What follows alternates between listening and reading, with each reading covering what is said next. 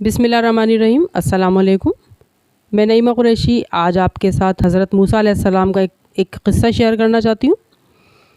انسان جب اللہ تعالیٰ پر کامل یقین کرے اور اللہ تعالیٰ کو اس کی تمام صفات اور کمال کے ساتھ مانے اور اس کی بتائی ہوئی تمام باتوں پر کامل یقین کرے اور اللہ تعالیٰ کے تمام فیصلوں پر پوری طرح راضی اور مطمئن ہو، اسی کو ایمان کہتے ہیں۔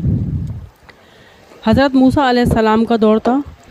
فرعون خدا بن کر حکومت کر رہا تھا۔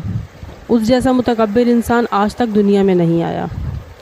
فرعون ہر وقت موسیٰ علیہ السلام کو نیچا دکھانے کی سازش کرتا رہتا تھا، مگر ہر دفعہ شکست اس کا مقدر بن جاتی تھی۔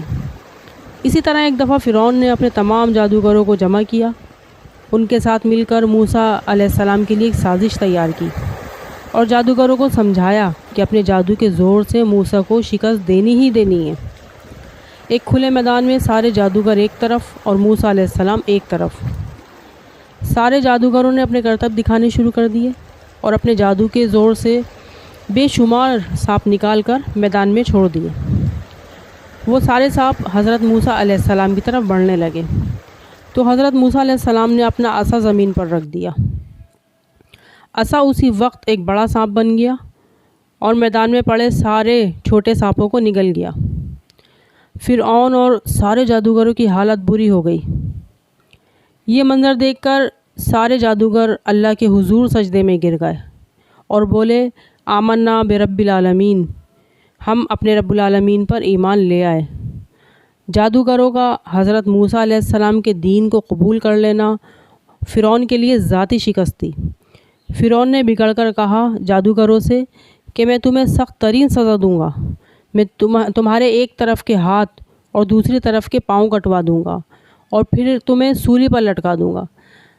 جادوگروں نے یہ سب سن کر بہت اطمینان سے کہا کہ تجھے جو کرنا ہے کر ڈال، تو جو کر سکتا ہے کر لے، موجودہ دنیا کی زندگی میں ہی کر سکتا ہے نا۔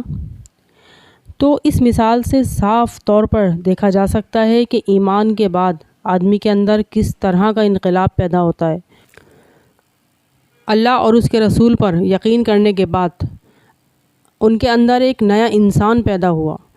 وہی جادوگر جو چند لمحے پہلے بادشاہ کی عظمت سے دبے ہوئے تھے اور اس کی خوشامد کر رہے تھے، ایمانی انقلاب آنے کے بعد ان کا یہ حال ہوا کہ وہ فرعون کی سخت ترین سزا کی دھمکی سن کر بھی متاثر نہیں ہوئے۔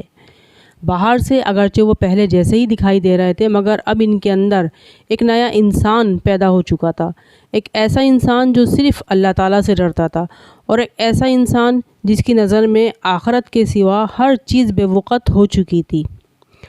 اور وہ جادوگر اللہ رب العالمین پر مکمل ایمان لا چکے تھے، اب انہیں اللہ کے سوا کسی اور کا خوف نہیں تھا۔ تو ہمارے گزرے ہوئے نبیوں کے شان، معجزات، کرامات ہمارے بچے بچے کی زبان پر ہونے چاہیے۔ آپ لوگ ان قصوں کو آگے شیئر کریں اور صدقہ جاریہ میں ہمارا ساتھ دیں۔ اجازت چاہتی ہوں۔ اللہ حافظ، اللہ نگہبان۔